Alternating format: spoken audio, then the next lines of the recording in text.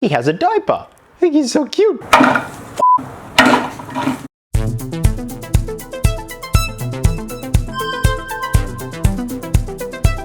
What's happening, my fellow geeks and geekettes? Welcome to a brand new episode of Chris's Custom Collectibles. And today we are going to be pimping out the McFarlane Toys DC Multiverse Bloodsport figure from the Suicide Squad. This, as always, like the McFarlane Toys that I've done so far, is a beautiful blank canvas. I love Idris Elba's armor in the Suicide Squad. It is a beautiful costume. And we have a beautiful starting base right here. One thing I must say about the McFarlane Toys range at the moment, they are very random and sporadic in the posing department. Like, it's just really weird and hard to get a good pose with these things and just make sure they stand right and look right, but for the most part the detail is beautiful. So in terms of the finishing work, we're gonna go for a really weathered, sort of dusty look, like towards the end of the film where Idris Elba's costume goes through the ringer. It's battered, it's dusty, it's soiled. It's one of those things where when you're dealing with a color like this type of blue, weathering it can be quite hard in terms of browns. So what we're going to be doing for the weathering is we're actually going to be using the Spanish copper rub and buff. So we're going to be smooshing it all into the details and then wiping away the excess, and then we can proceed on to the rest of the paint work and weathering work. Now for the dome of his helmet, I managed to acquire some metallic blue from Model Masters. Again, if you guys saw my Batfleck custom collectible video a couple of weeks ago, Model Masters have pretty much gone out of business. So what we've got in Australia is like the last bits of stock. We no longer have, or I no longer can get the matte spray, the Tester's dull coat from Model Masters, and it's heartbreaking because that was honestly the best dull coat I've ever used. I have found a substitute. I'm yet to receive it, but I have seen a YouTube video of someone doing a comparison of the two and it seems pretty good, but holy shit, that dull coat was so good. So the first step before we hit the rub and buff stage is we have to dismantle this, guys. So we're going to be taking the helmet off. Now this here is a vest, like a removable vest, and like Batfleck, he has a diaper. I think he's so cute. So that is just going to help the weathering and painting process along the way, just to make sure we get in all those lovely nooks and crannies. So with that being said, let's get to it.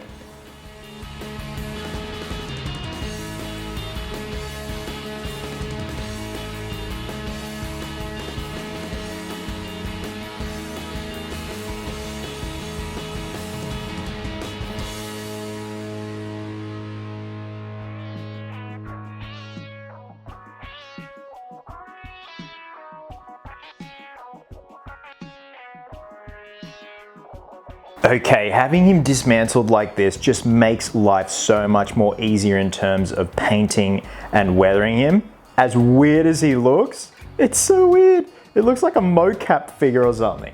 Anyway, so our first step after dismantling him, Geeks and Geekettes, is we're gonna get our copper rub and buff. So, like I said, we're going for a really weathered slash dusty look. I did a test on the back, and that, if I can focus it, that is a result of the rub and buff wiping away the excess. So it's really going to highlight all the beautiful detail of this suit. So what we're going to be doing is we're going to be getting our brush and smooshing it into all that beautiful detail and wiping away the excess with a paper towel. You guys can use paper towel, cloth, tissue, whatever you like. I just find paper towel is much more robust. So once that's done, we're going to let that dry because rub and buff does take quite a bit to dry. You know, we'll let it sit for a couple of hours and then we can move on to the next stage.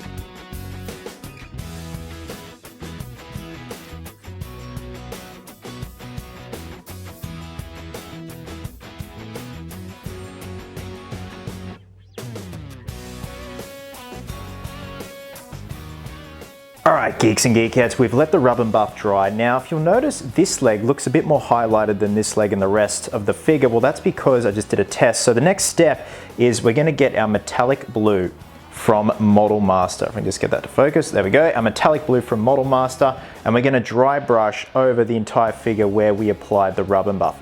And what that is gonna do is bring back the details, because the rub and buff, even though it does soak into the creases, the crevices, the nooks and crannies, it can make it appear flat, whereas where we get a metallic blue and highlight all the raised areas, it's then just going to add more dimension to the figure. Now once that step's done, I'm going to put the metallic blue on the dome of the helmet and then paint this area a full flat black. And I'll be using a flat black from Model Masters for that. And you're probably wondering, why the hell are you painting that black? Well, there's a method to the madness, and you'll see in the step after the matte black dries, we're going to do a bit more dry brushing to get these details back through.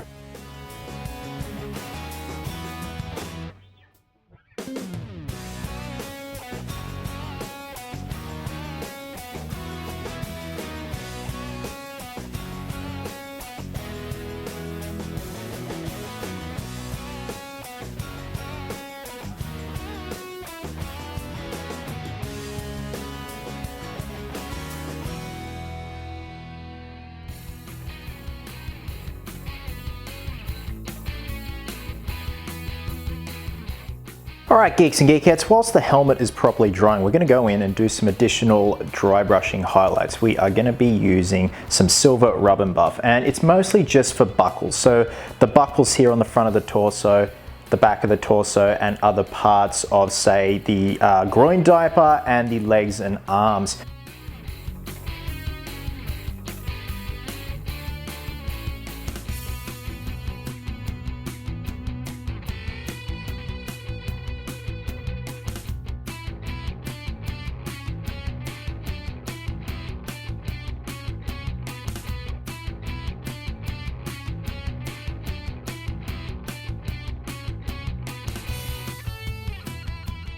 Alright Geeks and Geekettes, I'm just going to grab some Model Masters gold that I had lying around. Now we went in with the shoe polish on the mouth plate here, and we're just going to dry brush the gold on ever so slightly, and that's going to bring all that beautiful detail back, much in the vein of the screen used helmet that has that kind of gold tinge going on that's been dry brushed on.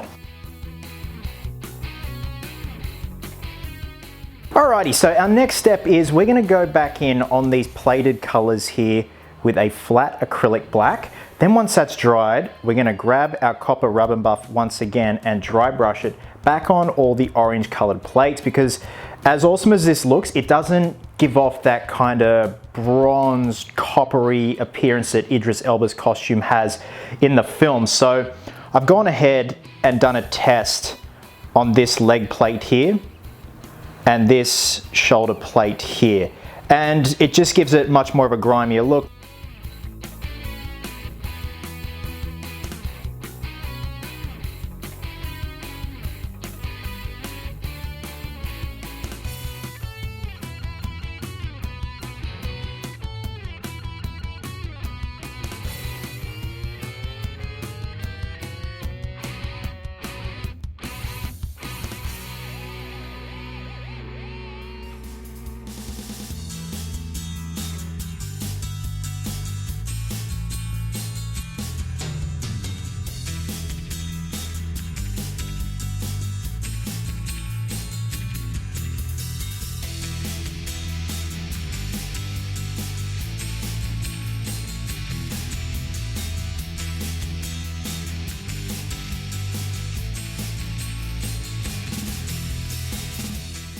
Alrighty Geeks and Geekettes, I am so stoked with how this has all turned out. I actually didn't go ahead with the gold highlights. I think this color scheme just works perfectly. When you look at Idris Elba's costume in the film, especially towards the end, it is so dark and muted with those blues and coppers and brasses. It just looks beautiful. I'm really happy with how this color scheme works. So one of the last steps is the dome does look a little bit clean. Now I've left that on purpose because I really do like the way it breaks up the rest of the suit, but we're going to get some silver rubber buff on this brush here and very lightly do some dry brushing on the edges, some very subtle scratch slash scuff marks. God, that was so hard to say. Once that step's done, we're going to glue this diaper back on and then glue the torso piece back on and seal it up very lightly with a matte sealer and call it a day.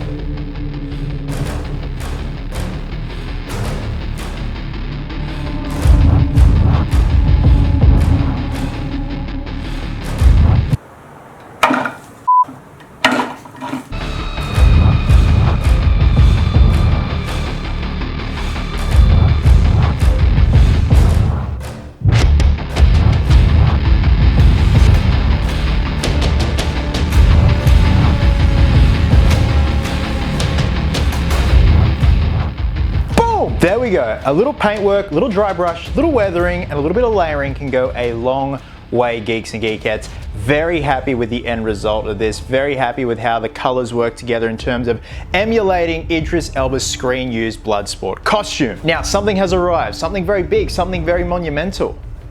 The dark side, McFarlane Toys. I am so excited to get started on this big boy, Geeks and Geekettes. This is going to be a lot of fun, and we're also going to be building his throne. So thanks very much for watching, guys. Now, if you would like to purchase the Bloodsport figure, I will have it on my Etsy store, and I will leave the link down below in the video description. Guys, wherever you are in the world, have yourselves an absolute cracker of a day. I hope you will. Hope you're happy. Be merry, be silly. And until next time, geeks, please always remember, cosplayers do it best.